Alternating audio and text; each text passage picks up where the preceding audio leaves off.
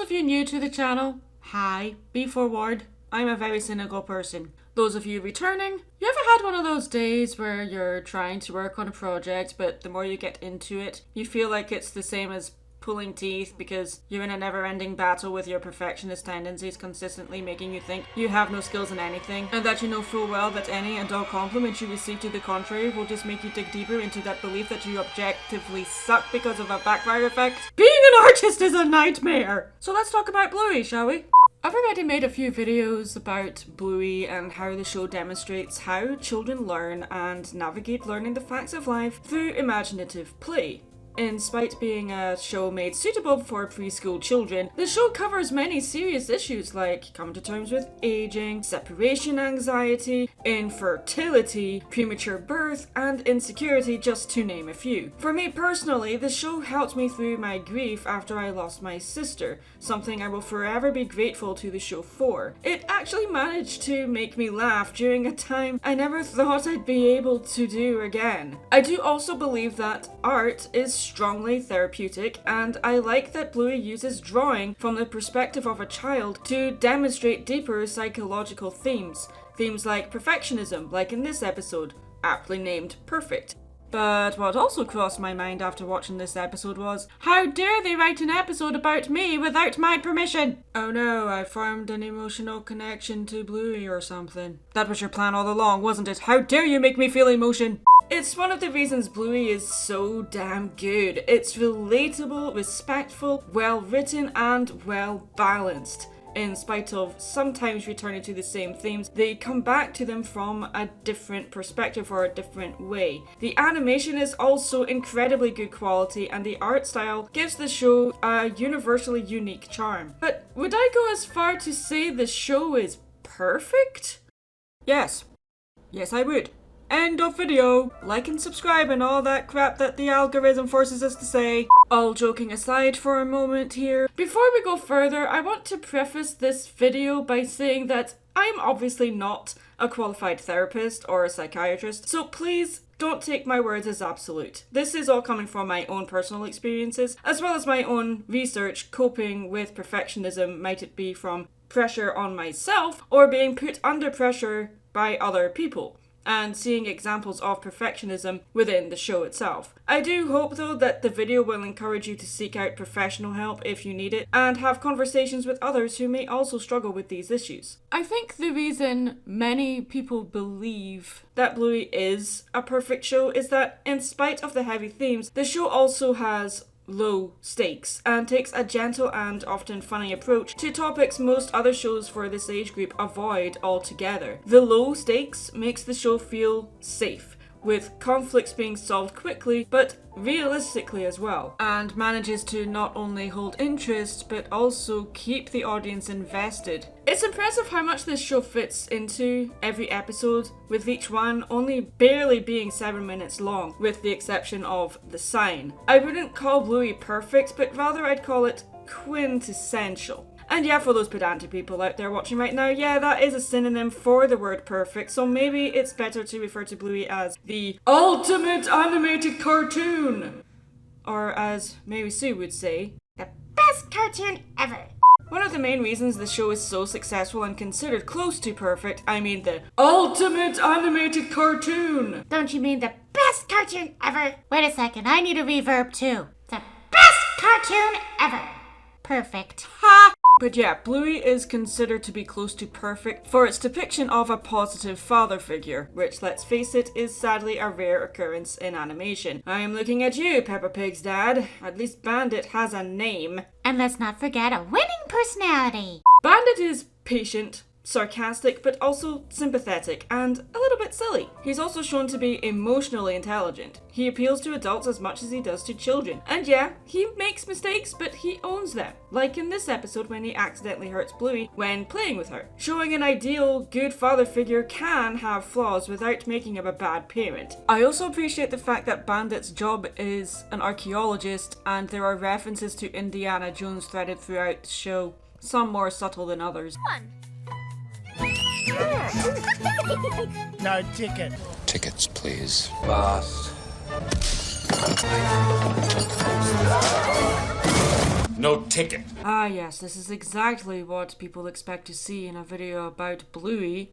Archaeologists punching Nazis. This is just clever writing. The having a relatable father figure in the animated cartoon, not the whole archaeologists punching Nazis thing. It makes the characters feel relatable and more human. You know, as human as anthropomorphic talking dogs can be.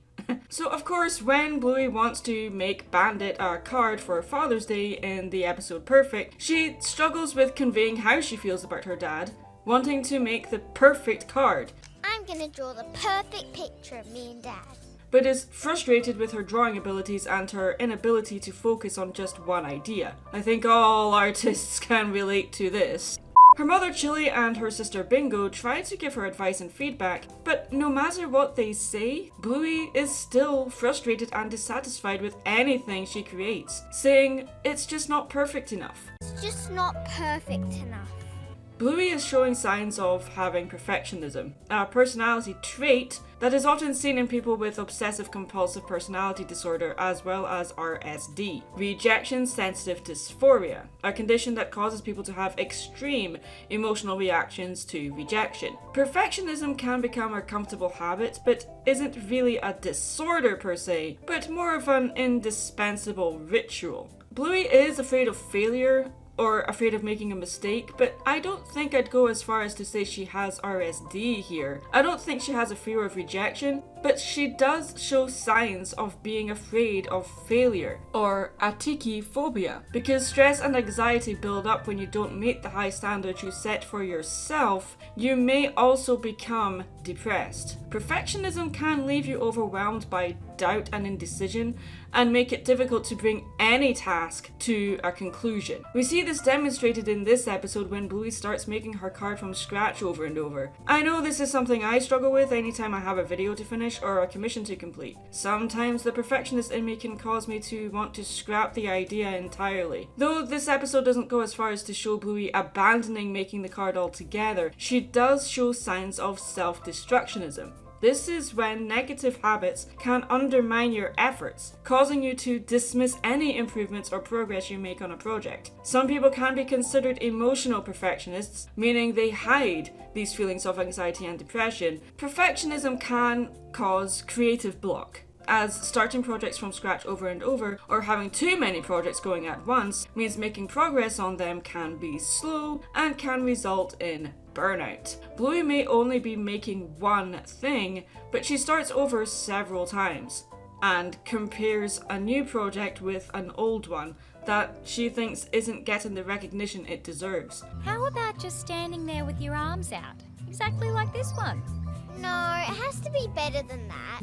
But this one's lovely. But it's not on the fridge. So in a simplified way, the episode is showing what can happen to a creative soul when striving for perfection. The way the episode talks about perfection feels natural and organic, but the episode actually presents new ways of thinking that help Bluey overcome it. The first one is finding motivation. Let's make some Father's Day cards for Dad. Bingo knows exactly what she's going to make, declaring she's making a red love heart rainbow card, I'm going to do a red love heart rainbow card. which Chili approves and encourages. Oh, great! Bluey says she's going to draw the perfect picture of her and her dad, I'm gonna draw the perfect picture of me and Dad.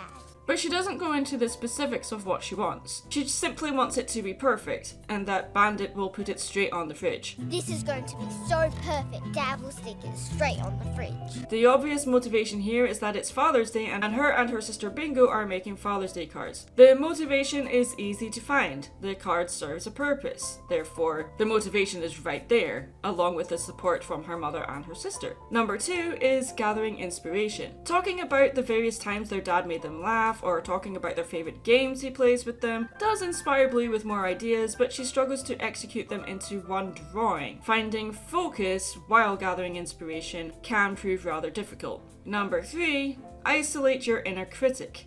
Bluey wants her card to be perfect, but she doesn't fully understand what perfect actually means and asks her mother what it actually means. What does perfect mean? Chili warns Bluey that perfect is tough. Perfect is tough, Bluey. I'm just warning you. Number 4, grow thick skin. Learn how to take constructive criticism. or learn to ignore criticism if it's invalid. Bingo gives Bluey feedback on her drawings, remembering what her end goal was, creating a perfect picture of her and Bandit. I can't draw Tickling very perfect. Yeah, it looks more like he's throwing you. I'm not very perfect at drawing big couches. Yeah, it doesn't look like our couch. It looks more like a chair. Oh, you can draw Dad playing chair. Oh, yeah. Chair looks like a chair. Good to go. But you're not really in it. Yeah, it's supposed to be a picture of Dad and me. In a sense, she's telling Bluey what's wrong while also giving ideas on how to get closer to her end goal. You know, remembering the constructive part of constructive criticism. Bluey takes her comments on board and keeps trying until she makes her final drawing, and though it does meet her end goal, she's still not happy. Why? What's wrong this time? I don't know. It's just not perfect enough. Children's drawings can function as a window into how they perceive and represent their world. They often find it easier to communicate through imagery rather than words. Bingo finds it easier to do this as she is younger, while Bluey is older and is learning more sophisticated ways of communication with her parents. Having the drawing on the fridge is, to Bluey, validation, confirming that her parents like it enough to put it in pride of place. It's sort of the same thing as when we create something and post it online and get discouraged when it doesn't get the views or likes or comments that we expect it to get. So when Bingo's drawing is placed over the top of Bluey's drawing on the fridge, Bluey takes it to mean her drawing is no longer worthy or good enough. Mum, I drew you a picture. Oh, wow. Do you like it? Yeah, it's perfect. Hooray! That's going straight to the fridge. Look, I'm just going to put it on top of Bluey's for now. Oh, hi, Bluey. When someone else gets more recognition and validation than we do, it can make us feel dismissed or inadequate. However, Bingo isn't gloating or boasting about her own art. She is simply creating what she feels and doesn't seem to be worried about whether it's perfect or not. Putting Bingo's drawing over the top of Bluey's picture is a mistake Chili made, and she apologizes to Bluey for it, saying that she isn't a perfect mother. I'm sorry, kid. I'm not perfect, I'm afraid. Number 5, and probably the most important of all of these, is choose connection over perfection. Chili doesn't have all the answers, but is willing to listen, as well as encourage Bluey to come to her own conclusions on what would be the best way to communicate what she wants to say to her dad with her Father's Day card. Chili also asks her what her dad tells her whenever she hurts herself. How many times have you banged your knee or scratched yourself playing with your dad? Lots. And what's the first thing he always says? Don't tell your mum. Yeah, this is one of the funniest moments in the show and one that made my own dad laugh out loud when I showed him this episode. Yet another reason I love this show. It helped me connect with my own dad. Though I do personally feel that a little more guidance would have helped Bluey make the card faster, this isn't about speed. This is about more than making a card. I like that the episode showed that Chili recognized this as a teaching moment for her daughter, as well as coming to terms with how she herself is not a perfect parent. Instead of just rushing her through it, she takes the time to listen to her insecurities and lets Bluey come to her own conclusions. Well, Bluey, it's a good thing you're tough. It's a good thing you're tough. It's a good thing you're tough. Drawing is tough, but... It's a good thing I'm tough. Yep. Yeah, drawing is tough.